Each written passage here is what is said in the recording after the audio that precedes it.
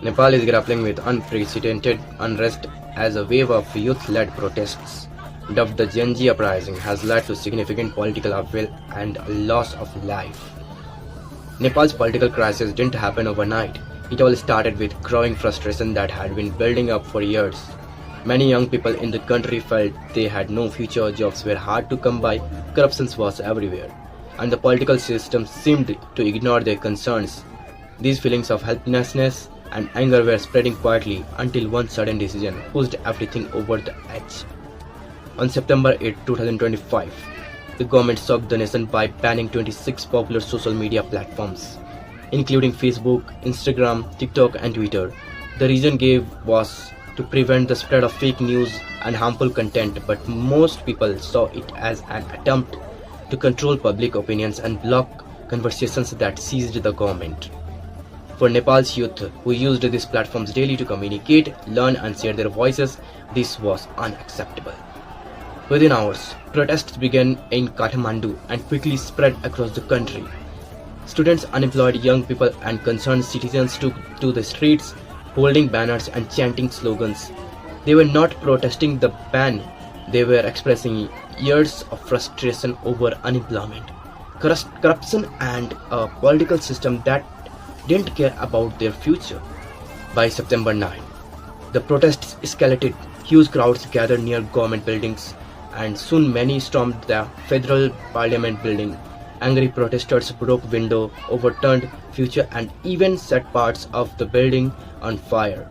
Security forces responded with tear gas and batons, but this only made the crowd more aggressive. In the chaos that followed, 51 people lost their lives and more than 1,300 people were injured. The pressure on the government grew. Prime Minister KP Sharma Oli, who had been in power for years, came under heavy criticism for ignoring the people's problem.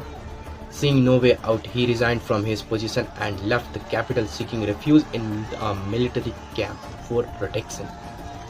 The parliament was dissolved and the Nepal found itself in a deep political crisis.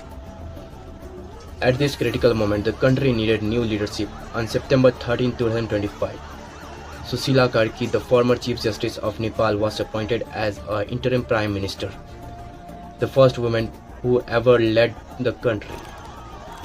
Her appointment was a direct result of public pressure.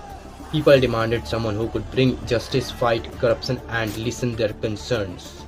As soon as she took office, Prime Minister Karki promised to implement reforms and work toward a better future. She pledged to tackle corruption, create job opportunities, and bring transparency to governance. She also announced that general elections would be held on March 5, 2026 so that Nepal could move forward with a democratic government. With calm slowly returning to the streets, schools reopened, business resumed their work, and families began to rebuild their lives.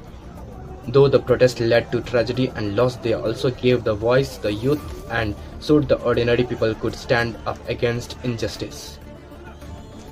Today, Nepal is a turning point. The choices made now will shape the country's future, its politics, its economy, and the hopes of its young generation. The story that began with anger and despair is now a story of courage, resilience, and the power of people standing together for change.